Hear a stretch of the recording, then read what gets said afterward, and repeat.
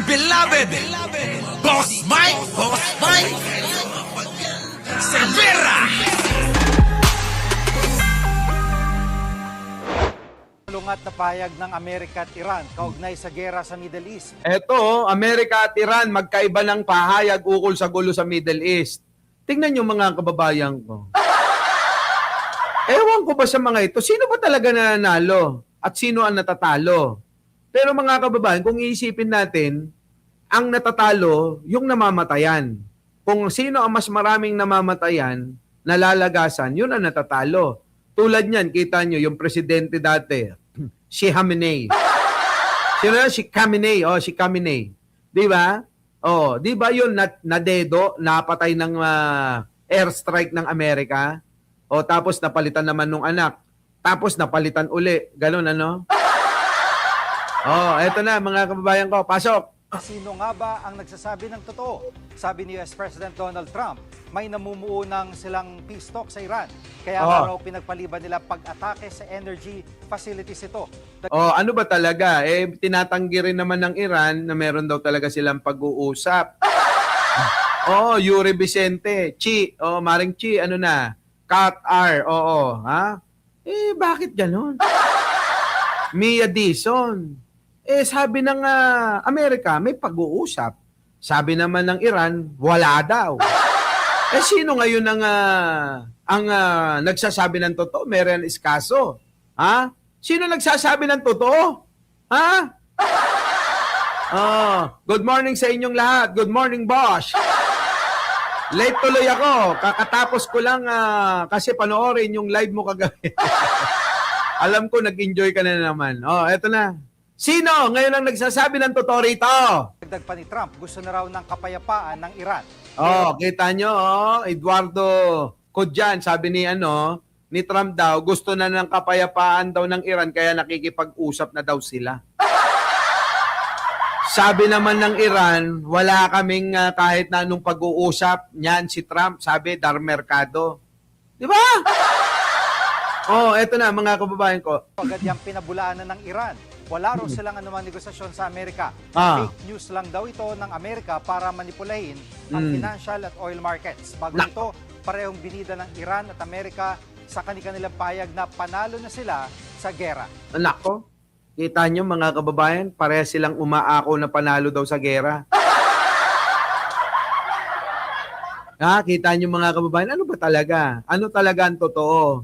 Parang ano rin mga kababayan, no? Parang politika. Oh, itanong nyo nga kay Sarah, baka alam niya.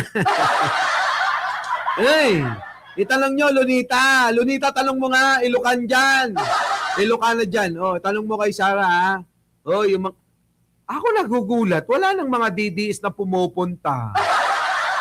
Oy, Benji Bernardo, baka naman binablock nyo sila. Oy, Jojo Chavez, bakit nawala na yung mga DDS na nagpupunta? Evelyn, oo. DDS ka ba? Oo, nahiya na rin sila na DDS sila. Dahil dito, nare-real talk natin kung gaano katanga si Sarah. Tapos hindi nila masagot, Mula nang umakyat dito si Purong eh. Oo, si Purong. O, siguro na, nilang bait pala ni Boss Mike kahit na loyalista. Inirespeto pa rin yung kapwa natin DDS, hindi katulad ng iba. Di ba, no? Mga kabayan, ubos na po sila. Ano nangyari? Gera in ekonomiya. Ulintik na yung mga kababayan ko. Ano ba talaga ang katotohanan dito? Sino ang totoong nanalo? Kang sakali ng Iran ang ekonomiya ng Yan, eto pala yan. Kaya pala nagbabago, minty shortcake. Oh, Joey Salvadoro, late ka na. Bakit?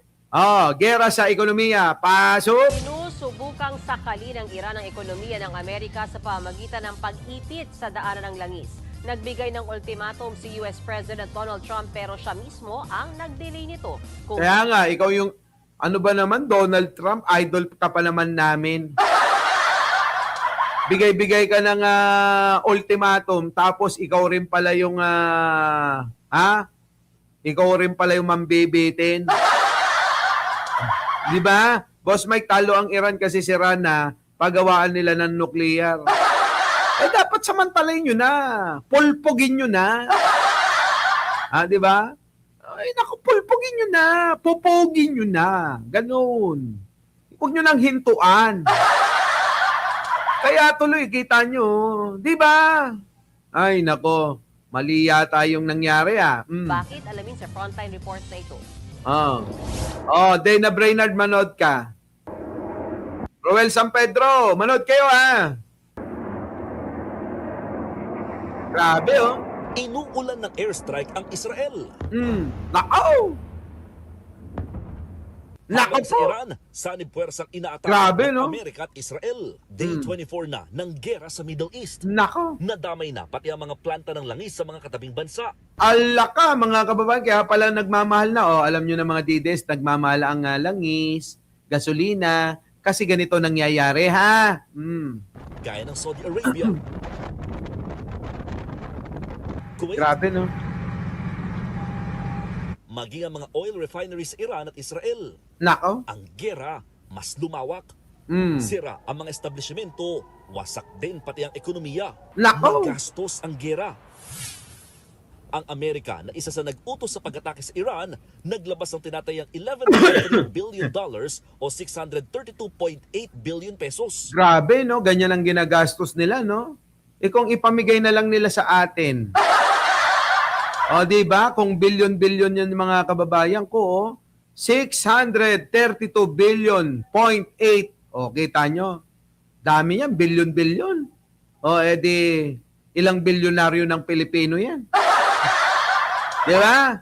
Sabihin na natin, wag ng bilyonaryo, milyonaryo na lang. Times 2 yan, taga pa 500 million. Wag na. Times natin. Kahit tagwa na lang tayo, tagwa 100 million, billion ito! Dami, mga kababayan ko. Ilan daang naging milyonaryo sana? Kung tagwa 1 million na lang kada isang tao. Ang laking tulong niyan, mga kababayan ko. Grabe. Pero kita nyo, sa 6 na araw lang, na pag-atake ng Amerika, gumastos kagad sila ng ganyang kalaki. Tuloy. Take note, sa loob lamang ito ng unang 6 na araw ng gera. Nako. Bawat isang Tomahawk missile ng Amerika Nako. katumbas ng $3.5 million o 196 million pesos. Grabe, 196 million. Daig pa natin nga nanalo sa loto. Kung sakali, no? Halimbawa, yung missile nila, nagkakahalaga ng 196 million pesos. Pampasabog lang. Bang! Wala na agad yung 196. Grabe, no? Mga kababayan. Nako, pamigay nyo na lang kasi yan. Kaysa nag-aaway-away kasi, bakit hindi na lang ipamigay yung mga pera na yan, mga ginagastos nyo? Sa loob ng 6 na araw, higit 300 ang pinakawalan ng Amerika. Katumbas niyan, $1.2 billion. Ala ka, ang daming pera! Kulang-kulang 100 bilyon, mga kababayan! Duruin nyo yun, ang dami. Kulang-kulang 100 bilyong piso. Diba? Parang 80 billion pesos, mga kababayan. 80 billion! Walang yan na yan, mga kababayan ko. Daming pera. Donald Trump, bigay mo na lang sa amin dito. Pwede ba i-Gcash mo na lang? Donald Trump! Nako! Daming pera yung ginagastos sa gera. Bukod pa mga ammunition, offensive strike at combat infrastructure. Hindi rin kasama dyan ang mga nagdaang araw. Nako! Noong nakaraang linggo, humingi na ng karagdagang pondo ang US Department of Defense ng $200 billion para sa gera. Nako! Walang idineklara ang Israel at Iran kung magkano na ang pinsala at inilalabas sa bakbakan. Hindi pa rin nagbibigay ng halaga ng pinsala ang nadamay na Gulf countries. Nako! Pero isa sa pinakamalaking epekto ng gera Ay! ang supply ng petrolyo. Yan na ang problema natin. Anong magagawa ni Manong Bongbong ko? May magagawa ba si Manong Bongbong ko dyan? Eh, hindi naman siya yung may-ari ng factory. Factory ng ano, ha? Ng gasolina. Wala, mga kababayan. Eh, yung ating malampaya, eh, hindi pa ganun kalaki ang nakukuha, eh. Di ba? Tapos Trump asking more $200 billion. Naku! $200 billion. Naku, laki-laki mga kababayan. Oo, Trump, ikalat mo na lang na Gcash siya, no? Sa aming mga Pilipino. Diba? Lahat tayo, no? Gcash, tagwa 1 million, no? Bukod sa nasirang ilang planta, sarado ang Strait of Hormuz na siyang dinaraanan ng mga oil Yan na tanker nga. para mag-deliver ng langis. Ang epekto niyan, sumipa na sa $101 hanggang $104 o higit 6,000 pesos ang kada bariles. Oh, ngayon alam nyo na, ha, mga DDS, huwag kayong magreklamo, sasabihin nyo, siya panahon lang ni Bongbong Bangag Marcos. Gaganong-ganong kayo, ha? Siya panahon lang ni Bongbong Bangag Marcos. Yung alin? Ha?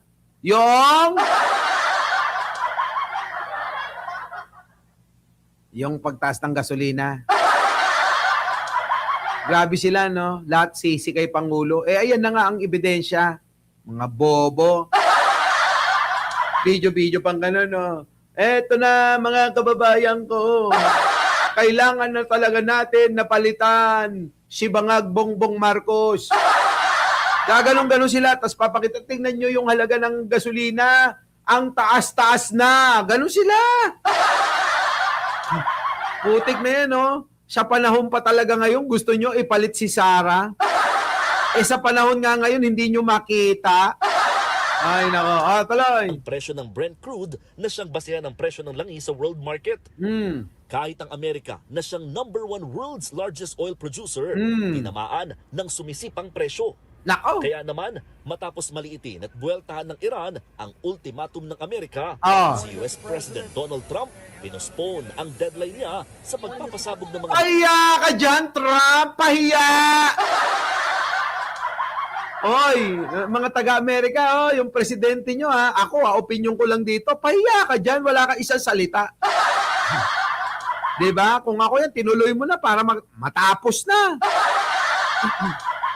Para magkaalaman na sana kapag ka nagkagera, maunang mamatay yung mga magnanakaw, ano? Para malaman nila na walang silbi ang pera pagpatay na sila. Grabe, no, mga kababayan? Bluff lang yan, lagi. Oo. Sabi naman, oy, pagtatanggol ni Jojo Chavez yan, eh. Presidente nila yan, eh. Itutuloy niya yan, tingin ko. Oy, bakit hindi nga tinuloy? Ana Cordova, barbarian attitude ng mga DDS at Sara Duterte. Sinabi nyo pa. Ito na. Ipa-deport nyo na si ito ang ipa-deport ninyo. Si Donald Trump. major power plants ng Iran. Katunayan, may negosasyon pa nga raw siya sa Iran. We're doing a 5-day period. We'll see how that goes. If it goes well, we're going to end up with settling this. Otherwise, we'll just keep... Maganda, no? Kung totoo, ngayon nga, sinasabi ni Trump na meron daw sila na pag-uusap na tila ba mukhang nahuhulog na yung loob sa kanya ng mga taga-Iran. Maganda, no? Matatapos na. Sana. Matapos na. Pero mga kababayan ko, yung Iran nagmatigas. Sabi ng Iran, wala naman kami kang pag-uusap niyan. Anong sinasabing nag-uusap kami? Wala! Itinanggi, mga kababayan, itinanggi. Isip tuloy ng iba na nagpapalusot lang si Trump. Diba? Papalusot ka lang yata Ang totoo natakot ka talaga Meron yan, no? Ma-pride yung iba sa Iran. Oo nga, no? Tuloy. Our little hearts out. Pero pinasunungalingan yan ng Iran. Fake news daw si Trump para manipulahin ng oil markets. Fake? Trump tinawag kang fake news? Oo. Fake news pala yung presidente nyo eh. Uy, joke lang oo. Sayang naman ang visa. May visa tayo dyan, 10 years. Ay, nako.